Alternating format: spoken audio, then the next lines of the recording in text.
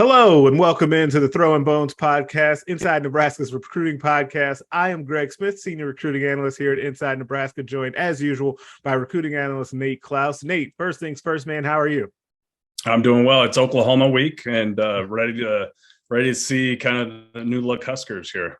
Yeah, absolutely. Both of those things I think that you just mentioned there are definitely something to get people fired up. And I think that Nebraska, anytime you have some big historic rival like this, especially in kind of today's college football, right, where you just don't get some of these rivalries that have changed over the years. And I know Nebraska fans in particular, it's a little bit of a sore spot because they still haven't quite found that in the Big Ten. Like, the Iowa thing is kind of what it is, but it's not going to be the same as the Oklahoma situation, or even, like a Colorado or something like that. I would say maybe the Iowa thing, I didn't plan to talk about this, but maybe the Iowa thing is kind of on the level of Missouri. Can we say that? Is it even? Yeah, I think so. Yeah, that's probably there, or K-State type of, there's I think there's a certain level of dislike. Dislike. Yeah, that's a good word there. So it's just been lopsided lately. So Yeah. and we all know that, but right. It's getting there. It's a work in progress. Yeah, I think that is the next step, though, for that rivalry, for the Iowa thing to really, really take hold. It needs to obviously be a little bit more back and forth, get a couple of more Nebraska victories in there to really give it that next push over the hump. But it's interesting, and I've written this other places and talked about it certainly a lot over the last few years. One of the things that, to me, makes the Iowa rivalry really big is the recruiting trail and how often the teams kind of cross paths on the trail. But that's not what we're here to talk about today. We're here to talk about, I went off on the side tangent. We are here to talk about Oklahoma week. Like you mentioned, there's going to be some juice in the stadium because of the coaching change with Mickey Joseph now running the show as the interim coach. So I want to start there, Nate. Yes, we talked a couple of weeks ago about kind of the atmosphere that has been in Memorial Stadium for these first couple of home games. I have personally been kind of, I guess, pleasantly surprised at what the atmosphere has been like. I think that there's been good juice in the stadium the first couple of weeks at home. What do you think that the stadium's going to be like for big noon kickoff for Fox this weekend? Yeah, big noon kickoff. Yeah, I mean, honestly, I agree with you. The first couple games, even though coming off that tough week 0 loss, the atmosphere was really, really good. Can't beat a night game. That's always adds a little extra, but you got a top 10 team coming to town. It's Oklahoma. And then you've got, an interim head coach, Mickey Joseph. And so I think there's going to be a lot of anticipation in the air, of what things could be different, compared, from what they've seen so far through the first 3 games of the year. So I think people are going to be fired up for that. And they're going to be wanting to see some major differences. Now, I don't know if they're going to get that or not, but I think that's going to add just an extra layer to it all for sure. Yeah, I definitely agree with that. I think that, one of the things, and Trev Alberts kind of mentioned this over the weekend when he had his press conference on Sunday about kind of injecting life and confidence and kind of hope into the players, and that the players and the fans kind of deserve to have a fighting shot this season, paraphrasing here, over being able to make this change. And I definitely think that has kind of shown itself already kind of in this process. And like you said, who knows what's going to happen on Saturday, because one of the things that, because of all of the change that has happened, and there hasn't been a ton of deep dive game breakdown, though our own Steve Marek did do a very nice game preview that's up on Nebraska.rivals.com right now, as he always does on Thursdays, that goes live on Thursdays. But because there hasn't been a ton of that, we haven't really gotten into, hey, we kind of don't know what we're going to see from Nebraska, but we don't know a lot about Oklahoma either. They've got 2 wins against teams that they should beat and they should be better than. We don't know a ton about them. And so I think that uncertainty and the uncertainty with Nebraska's team and how they're going to respond, I think that's a whole big part of this, is that you feel like if Nebraska gives great effort through the game, that they have a shot to at least keep it close, right? And then kind of see what happens. I think that they're in that kind of position. And I don't think that anybody's expecting them to like come out and win this game. I know the line jumped significantly like early in, like right when the change happened. I think it was at 11.5, 12 the last time that I saw it. But I do think that it will be a really good atmosphere and something that I think that recruits will take notice of when they come to Memorial Stadium this weekend, that, hey, there was a coaching change, but the guy that we've been talking to, because he did reach out to all of these recruits, and we reported that at Inside Nebraska. Those guys are tweeting things out, but the guy that we've been talking to, there's a lot of excitement for him to take over this program and see what he can do. Yeah, for sure. And we've mentioned it, I think, on the last podcast, where it's not just, some fresh face that just showed up this year. He's got some clout. He's got a good track record. And on top of that, he's a former Nebraska quarterback himself. And so, this is not his first rodeo, being at Nebraska, playing Oklahoma, oddly enough, one of his main foes back when he was running the show. But I think that does add an extra level of excitement. Probably you got somebody like Mickey, who's an excellent recruiter, great personality, who actually loves to recruit, reaching out to these guys, and they're going to want to see what he could do. And I know that Mickey's going to want to be able to put on a show for the recruits too. And just to have his own guys go out and have fun and play loose and perform at a high level. There's no doubt that he would love nothing more than to have his team get a win, or even, have a shot to pull this thing off at the end of the day on Saturday. Yeah, absolutely. And to your point about him loving to recruit, we record this on Thursday. We were actually late recording this on Thursday. So shouts to Nate for being flexible, because I ran over to Seacrest Field here in Lincoln because Mickey Joseph and Brian Applewhite were both at Malachi Coleman's game. Nebraska's top target for the 2023 class, Rivals 100 four-star athlete. They were out there checking out his game. It was 41-0 at halftime. And so we all kind of left at halftime there. But those guys were out there. They were seeing Malachi play. Malachi is probably the headliner, and he's probably always going to be the headliner whenever he's on the visit list. So that goes without saying, but he will be in attendance for Saturday's game against Oklahoma at 11 a.m. that kicks off. But he's not the only one in state that's going to be here. Now I'm going to have to back up and go to kind of the out-of-state commitments, though, because there's a couple of names that you don't get to see kind of on campus a lot that I think are important to note that will be back. Hayden Moore, the inside linebacker commit from Colorado, is scheduled to be in Lincoln for the game, and so is cornerback Dwight Boodle out of Florida. So before we dive in any further, Nate, how important is it to be able to get those guys that are from far away, even farther away than Dwight Boodle, to get back on campus for a game like this and back into the atmosphere of Memorial Stadium and around their future teammates? It's huge to get those guys on campus, because you can have that conversation with a recruit, with a commitment, especially after there's a big change like what we saw happen. And you can say all the right things, but I think it's another thing to actually be there, to get the feeling in person, to have some of those conversations in person, what's happening, what the agenda is, and kind of for those players, for those commitments to kind of see, okay, you know what, this is not something that's like completely unraveling.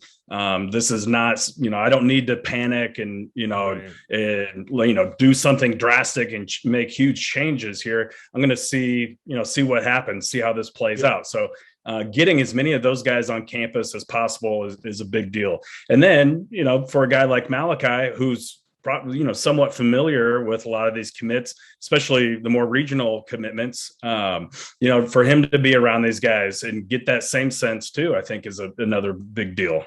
Yeah, I definitely think all of that is true. And I think the more, sometimes thinking about this, when you think about kind of we always talk about these recruiting classes and how they can be shaken up in a change like this, but the more that you can get those guys together and sticking together and remembering why they committed to Nebraska in the first place is something we hit on the last podcast, that, like Mickey has also said, it's bigger than just one coach or one guy. Like, you want to be committing to a university. And I know that that's something that a lot of guys say, but at the end of the day, that does have to be part of it, right? You need to want to be there for the whole package. And I think that will make your class, or give your class, a better chance of sticking together in a thing like this. And I know that this is another kind of tight-knit group with this class. Like, you got a lot of it's really an interesting group of commits, because you've got a lot of kids that are close to each other, but also kind of low key, but also really love football. Like, there are a lot of similar personalities kind of in this commitment group. And as you just got to run through them and think about them in your head, like, you got the Sam Sledges and Maverick Noonans and Gunnar Gatula and Ben Bramer.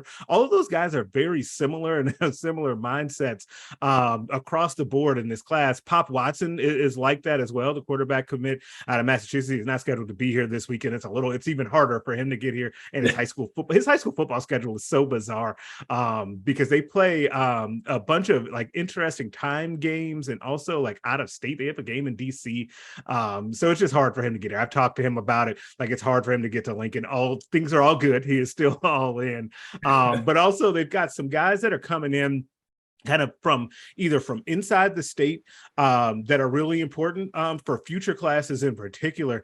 Davon Hall, wide receiver 2024 from Bellevue West, is scheduled to be back in town. But the really sneaky one, his quarterback, Danny Kalen, is also scheduled to be in town. And I don't remember the last time Kalen was in town. So what does it say to you, Nate, that he's scheduled to be back? Because I've not talked to him yet about it. Like, what does it say to you that he is scheduled to be back in town as kind of one of the first quarterback recruits to come in after this change, especially? Yeah, I think that beforehand, a week or two ago, if you and I were talking about Danny Kalen, and he's got an offer from Nebraska, but is he like a legitimate target of theirs? Is he somebody that they are like going hard after?